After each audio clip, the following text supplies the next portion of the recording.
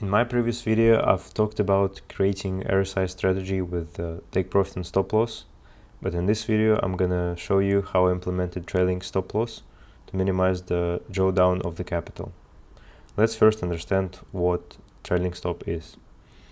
So basically, if you have an open position, let's say you enter this long position, right? And then the price goes above up to some point, then you activate the trailing stop loss.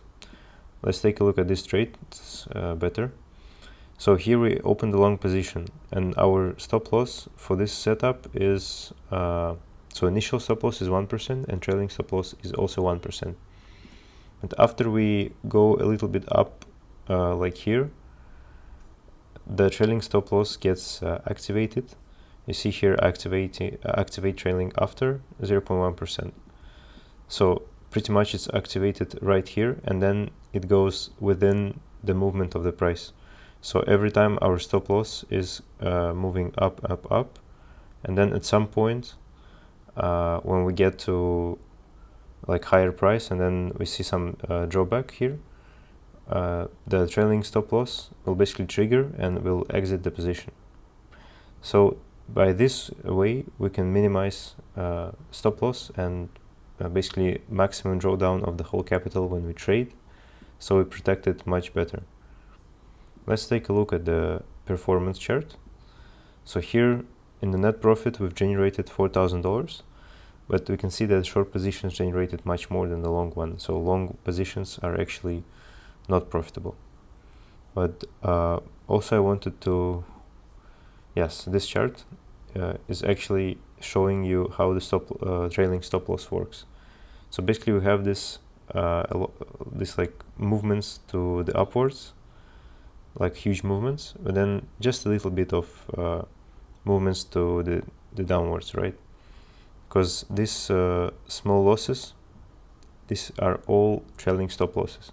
But here we had some like drawdown for like 5 trades in a row, but still trailing stop loss actually made our profitability, it increased it by like 4 times, I think.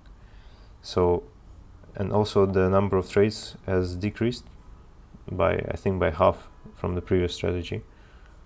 This will mean that we'll spend much less money on the fees of the broker that we use. And then we can go to trades analysis. And then we can see that the largest losing trade is $4,000 and the largest winning trade is $1,400, which actually means that we are minimizing much more impact on losing trade than in the previous strategy. Also, what's interesting here is profitability percent, so it's basically win rate. We've increased the win rate. I think in the previous strategy it was 20%, but here it's 50%, and specifically for short positions we see that it's 54 versus 50% in the long positions. Let me know in the comments what strategies you want me to test as well, and if you have any other ideas on any other coins, assets, let me know in the comments.